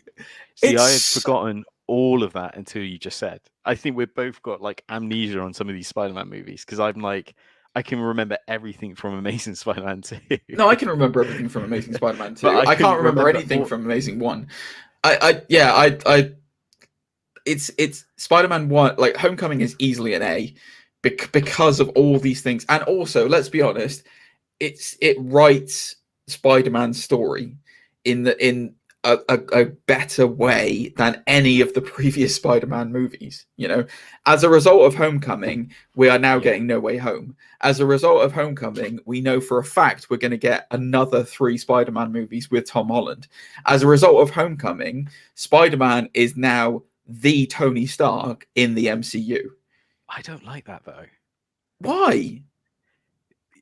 Because it to me, it doesn't need to be. He doesn't need to be the Tony Stark of the MCU. He doesn't need to be. That's not what I'm saying. I'm saying to you that whether regardless of characterizations and whether you agree or not with who he's going to be, built on the bones of this and how good this was, Spider-Man has had so many character options and decisions to expand upon since Homecoming. And I love Homecoming. I think it's a great film. I could easily sit down and watch this anytime and be like, this is great. Interesting. See, I would never go out of my way to watch this. Zane, are you feeling all right? No, I'm being honest. Like, he is trying to get rid of me, guys. Just for the record, he is definitely trying to get rid of me. No, this is why it's good conversation, because I'd probably watch Far From Home more than I've seen Homecoming. Well, Far From Home is an S. No, for me. Yes, it is. There's no way it's an S. How is it not an S? Tell me why it's not an S. Just no, give me a reason why it's not an S. The reason it's not an S is because it's just it isn't an S. Like, why? Give me a reason. Give me a good reason why this isn't an S, based on the criteria that we've set up and we talked about in all the previous Spider-Man movies and everything else. Yeah. Give me a really good reason why this is not an S. The web sling is not as good. Ridiculous. Don't be ridiculous, Zane. Just give you one. You mean the web slinging is not as good because there's no buildings for him to web sling off of because he's in Italy? Well, half the movie's in Italy. Then he's in London. Then he's back in New York. Oh, you mean when he's web slinging off the towers of London? You mean? What are you talking about? Like, dude, I need a better reason than the web slinging looks dodgy as to why this isn't an S. It's another Tony Stark issue. Like, it's another villain because he's Tony Stark does. No, he's not in it. But they're building off the bones of Tony Stark, like, because Tony Stark called my AI Bath. Therefore, that's fine. I've become a baddie. That's fair. But let me ask you this then: how else would you have introduced the villain Mysterio in a realistic manner into Spider-Man? I need time. And also, does it take away from the performance of Jake Gyllenhaal and the actual stakes between him and Peter Parker, the fact that it was a Iron Man created villain? Well, it's just like. So just to be clear, a lot of drama over some glasses, like. Okay, that's cool. So just to be clear, then you are, by that logic, you also are not happy with the creation of Doc Ock being controlled by AI arms that have a mind of their own and are somehow evil, rather than it being him. I mean, originally I wasn't keen on it, but over time I've like warmed to the idea. So then, by that logic, surely you're warm to this idea. That it's another Tony Stark-based villain. You're just trying to... I feel like you just have a problem with Spider-Man in the MCU, and you are trying to think of ways that you can not downplay this, instead of acknowledging it for how good it is. All I'm just saying, from my personal opinion, I don't think the Tom Holland variations that we've had so far have been as immaculate as some people think they are. That's just my own hot take. That's all it is. I'm quitting the show, guys. This is officially the last Undisputed Nerds I will be on. Dude, I don't know what to tell you. Like, I am basing these on the quality of the films, the performances, the representations that are in them, in the environment and of the time. And like, for my money, I can go back and I can watch Homecoming and I can watch Far From Home any day of the week and still enjoy them. You know, if you want to call me a Marvel fanboy, fine, call me a Marvel fanboy. I don't care. I think that Mysterio in this is amazing. Like, I agree with that. Like, yeah, it's really cool. And yeah, it's totally. just for the record as well, yeah, it's totally believable that he would be a begrudged Tony Stark employee in this universe. Because, that's the whole thing about Quentin Beck is he's all ego. He is all ego, and he can't possibly stand the idea that anyone is better than him or would dare criticize him. So, it makes total sense. And okay, if you want to talk about like why the film isn't great, all right, maybe the idea of like a super weapon that Tony Stark has created is put in the hands of Peter is that's a bit hokey. I can understand that completely. However, it also fits completely perfectly into the narrative of what they were trying to tell and the wider story that they tried to tell. I love this film. I think it's fantastic. The shots that they did in Italy and the sequences that they did in Italy where they do it's the elemental creatures, but then they're not actually elemental creatures. They're all so well done and they look so beautiful. Like the lava fight that he has against the guy, like the Molten Man creature. It's astonishing. Like it looks great. It looks so good, and the relationships are really good. I will say in reflection, the thing that will annoy me a little bit about these films is the fact that they didn't go, it doesn't really annoy me, but it's kind of like that's an interesting choice to make that decision. But they haven't gone with the traditional MJ Gwen relationship like they did with. So from that point of view, I can understand, begrudge a little bit because it's like, is Mary Jane actually Mary Jane, or is she just people just call her MJ? It's it's kind of weird. I don't. Did she say in the first one her name's Michelle? Yes, she does, which is why it's kind of like I get that. And Zendaya's amazing. Like she's really good. Like she's an incredibly talented actress. But it's just I don't know that gets a bit weird. And then you don't have Gwen. That gets a bit weird. But this is the first movie after Endgame as well, isn't it? So a lot of people looking for answers for this, and they just like, it was the blip. It happened. Like his, my heart will always go on. Yes, correct. So, I'm not. I look. You're the supreme leader of the show, as the captain, as he keeps referring to himself as. So you get to choose, and you can put it as an A if you want. I really, with protest, don't like it being an A. I would rather it be an S, but if you want to keep it as that, that's fine. It's an S alone just for me for the Mysterio fight. It's unbelievably good. The Illusion Mysterio fight is one of the greatest. I watched it back the other day. It is one of the best fight sequences, accurately comic representational fight sequences as well I've ever seen. It's phenomenal. But hey, to me, it's just Spider-Verse. It's just a completely whole other level. That's why I can't put it in the same next to it. I can't say side by side they're just as good. And this is why he has Undisputed Anime without him, guys. Because his other co-host doesn't argue with him like I do. I don't agree, but do what you want. Do what you want, Zane. I still, and again, even like just the way that the narrative is told these days, and the way it weaves into the larger MCU as well seamlessly. It's just really good. It's just really well done. But that's fine. It's very well done. Yeah. No, do what you want, Zane. It's too late. It's too late. You've made your bed now. Guys, if you would like to write in and tell Zane how wrong he is, please do, because he is wrong. We all know he's wrong. But ultimately, he's the one who writes the checks and takes all the money. So, he's the one who gets to decide. I mean, let's face it, there's the Spider-Verse 2 for another reason. So there we go. Okay. Yeah. Okay. Cool. And that's why No Way Home isn't happening apparently.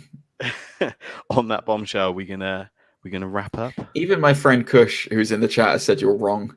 There you go. See, even my friend in the live chat has said you're wrong. Unbelievable, Zane. Is he saying I'm wrong, or is he saying you're wrong? Listen, it's obvious he's saying you're wrong. It's obvious. Yeah. Obvious.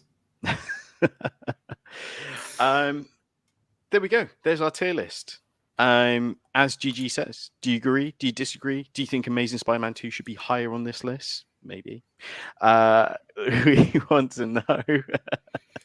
Let us know in the comments. Let us know in the chats. Whilst you're there, if you listen to this on a podcast platform, give us a star rating. Like, share this with your friends as well, because we got this live on YouTube. See what they think. Do they agree? Do they disagree? We all want to hear from you. We all want to be part of the combo. Let us know. Yes, let us know. I'd also like to apologize because I think that Zane has come into this episode under some kind of influence. He clearly started with a lot of energy at the beginning of the show, and then as time went on, he became more stuck in his opinions and unable to kind of move. So I think definitely on some kind of substance, and it's definitely not my pig-headed stubbornness. Let's put it that way. Yeah. So yeah. Anyway. Where can they find you, Zane, again? Sorry. They can find me on Twitter and Instagram at Zane_Taicho. All links will be in the description down below. GG, you streaming this coming week? Yes, I will be streaming this coming week after I had my entire stream setup wiped out in OBS and I had to rebuild it. Yes, twitch.tv/gentlemanlygamer. You can catch me on Mondays and Fridays at the moment. And then you can get me on the gram at gentlemanlygamer. Come say hello. Tell me why you thought the Amazing Spider-Man 2 should have been a C or an F. And you can also tell me that you agree with me and Far From Home should be an S. But there you go. Anyway, moving on. There we go. Cool. I think that's everything. I guess we've got the movie coming out this week, right? We'll find out. What movie is that? We'll find out once and for all if those Spider Boys will be banding together. They will be. You know they will be. Don't even. Why are you pretending? Spider-Man's definitely going to find a way home. Yes, there will be a way home on. I think. Yeah, we'll do it again on Saturday next week because I'll be seeing it on Friday night. So. Oh, cool. Yeah. Yes, that would be good. But yes, we'll have a conversation about Spider-Man next week. And it's and I think we'll probably do Hawkeye the week after, won't we? Because it'll be the finale of that. Yeah, we'll be the finale, and then as we did our Christmas episode already. If you haven't caught that yet, guys, then go and check out our Christmas episode with our tiers for the best Christmas movies and what we thought of them. Absolutely, and. I guess then we'll have Christmas then after that, won't we? Oh, will we? I didn't realize it was a choice. It's always a choice, isn't it? Oh, brilliant. Cool. I might decide not to have it this year. I thought that like birthdays wasn't really a choice. I thought it was just kind of like thrust upon you. You had to have them. If so, it's great. I'm still 25. Yeah, I guess. All right. Same with anniversaries. Wow. That is a choice, my friend. That is definitely a choice. Anyway. All right, guys. Well, we hope you have a good week and we will see you next week. Have a good one, everybody. Bye. Catch you soon. Ta-da.